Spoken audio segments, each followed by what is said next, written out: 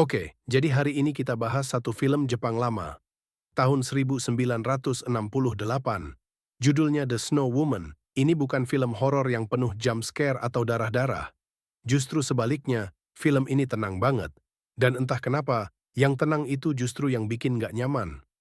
Ceritanya tentang seorang perempuan yang bukan sepenuhnya manusia dan laki-laki yang nggak sadar dia sudah jatuh cinta sama sesuatu yang nggak seharusnya dia cintai. Yuk kita mulai. Settingnya zaman Edo, Jepang kuno. Ada dua orang lagi jalan di hutan pegunungan yang penuh salju. Yang pertama, Shigetomo, pengukir kayu tua yang sudah pengalaman. Tugasnya buat kuil, bikin patung Dewi Kanon dari kayu pilihan. Dan kayu itu harus dicari sendiri, jauh ke dalam hutan. Yang kedua, muridnya Yosaku. Masih muda, masih belajar. Dia yatim dari kecil, dan Shigetomo yang merawatnya. Jadi mereka bukan cuma guru murid, lebih kayak bapak dan anak. Mereka jalan masuk ke hutan.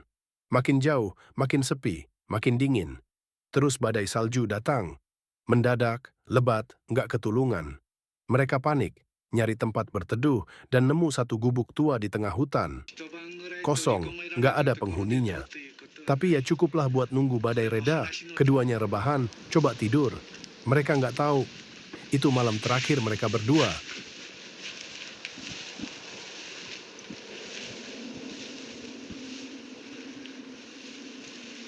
Di tengah malam yang dingin, Yosaku membuka mata, dan di depannya ada seorang perempuan. Tinggi, pucat banget, baju putih panjang dengan rambut hitam, berdiri diam di tengah gubuk itu. Nggak kedinginan, nggak basah, nggak ngapa-ngapain, hanya berdiri, menatap. Yosaku nggak bisa gerak. Bukan karena nggak mau, tapi kayak tubuhnya nggak bisa diajak kerja sama. Dia cuma bisa nonton. Perempuan itu jalan ke arah Shigetomo yang masih tidur, membungkuk, dan dengan napasnya yang dingin, dia membekukan sang guru sampai mati. Gitu aja, tanpa drama, tanpa suara, Shigetomo meninggalkan dunia. Lalu perempuan itu berbalik ke Yosaku, berbicara pelan. Harusnya kamu ikut juga malam ini. Tapi dia nggak jadi bunuh Yosaku. Alasannya, dia bilang Yosaku masih terlalu muda, terlalu sayang kalau dibuang. Dengan satu syarat, jangan ceritakan malam ini ke siapapun. Seumur hidup, kalau dilanggar, dia balik. Yosaku mengangguk. Setuju. Apalagi yang bisa dia lakukan. Dan perempuan itu menghilang masuk ke salju, ke angin, ke malam. Kayak dia nggak pernah ada. Badai reda. Yosaku bangun dan Shigetomo sudah kaku di sampingnya. Dia pulang sendirian. Bawa kabar bahwa gurunya meninggal kedinginan di hutan.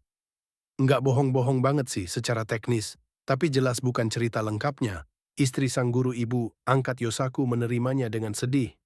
Mereka berdua sama-sama kehilangan. Dan Yosaku, dia lanjutkan hidup. Nerusin ukiran patung Dewi Kanon yang belum selesai itu, semacam cara dia menghormati gurunya yang sudah pergi. Hari-hari berlalu, rahasianya tetap tersimpan rapat, sampai suatu malam yang hujan. Yosaku lagi di rumah waktu melihat keluar. Di luar ada seorang perempuan, basah kuyup, sendirian. Nggak bawa apa-apa, wajahnya cantik, namanya Yuki. Sebentar, Yuki. Artinya salju dalam bahasa Jepang. Anggap aja kebetulan dulu. Dia ngaku anak dari keluarga tabib yang sudah meninggal. Sebatang kara, nggak ada tujuan pasti. Ibu angkat Yosaku langsung kasihan dan minta dia masuk, ganti baju, makan dulu. Yuki tinggal beberapa hari, terus jadi beberapa minggu. Terus ya, nggak kemana-mana. Dia bantu pekerjaan rumah, bantu rawat ibu angkat Yosaku yang ternyata lagi sakit. Dan yang bikin heran, kondisi sang ibu mulai membaik setelah Yuki ada di sana.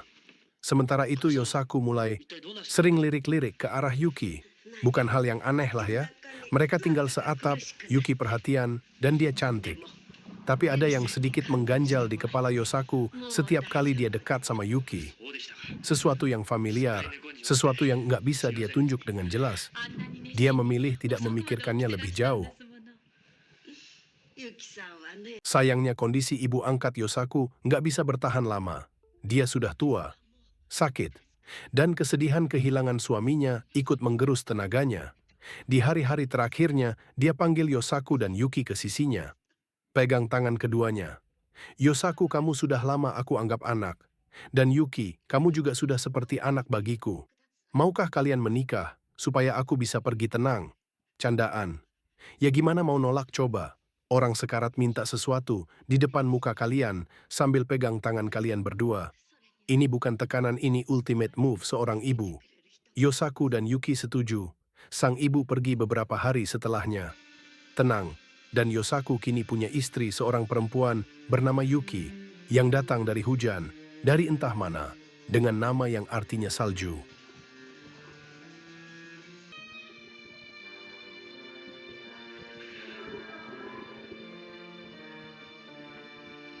Dan kenyataannya, mereka bahagia.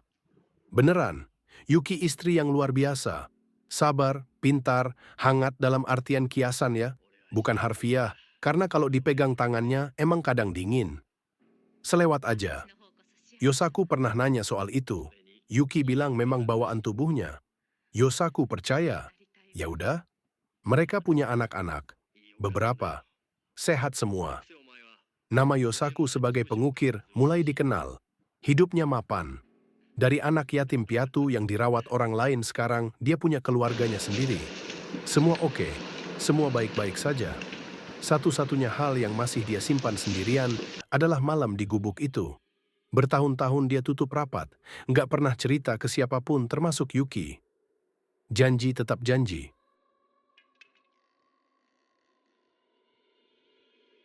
Tapi ada satu malam, badai salju di luar, anak-anak sudah tidur. Api unggun nyala, Yosaku minum sake, Yuki menjahit, tenang, hangat, intim.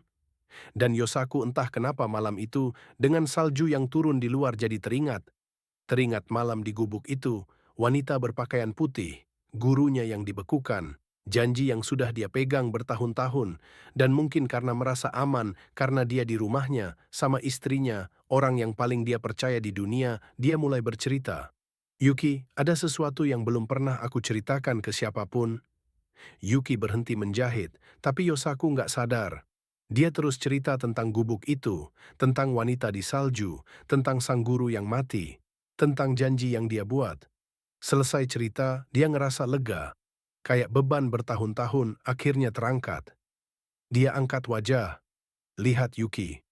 Dan Yuki yang tadi hangat dan familiar sekarang diam.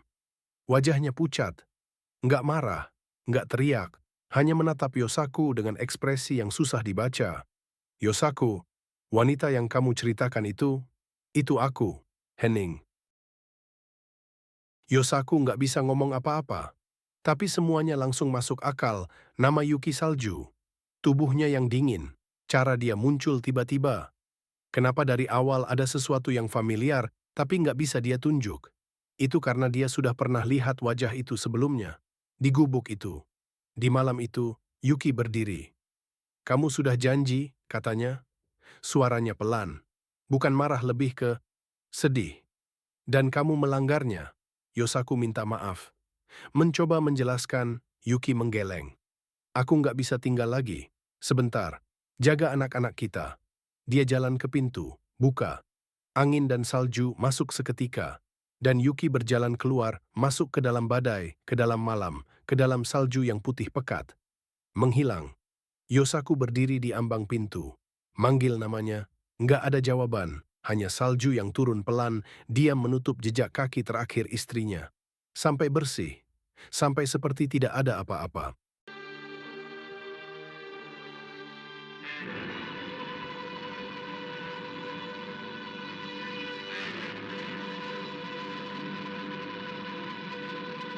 Gue sering mikirin cerita ini setelah pertama kali nonton filmnya.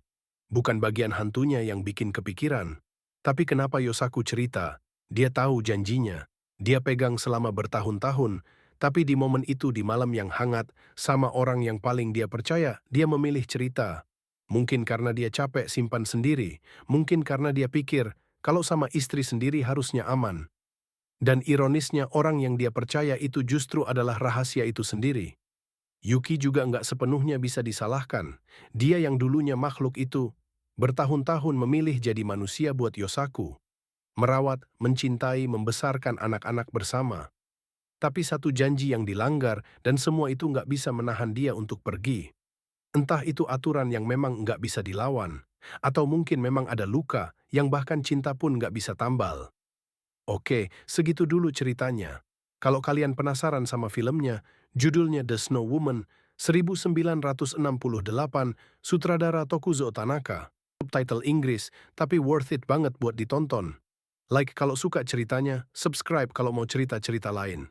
Dan kalau ada film atau legenda yang mau kalian request tulis di komentar, gue baca semua. Sampai minggu depan.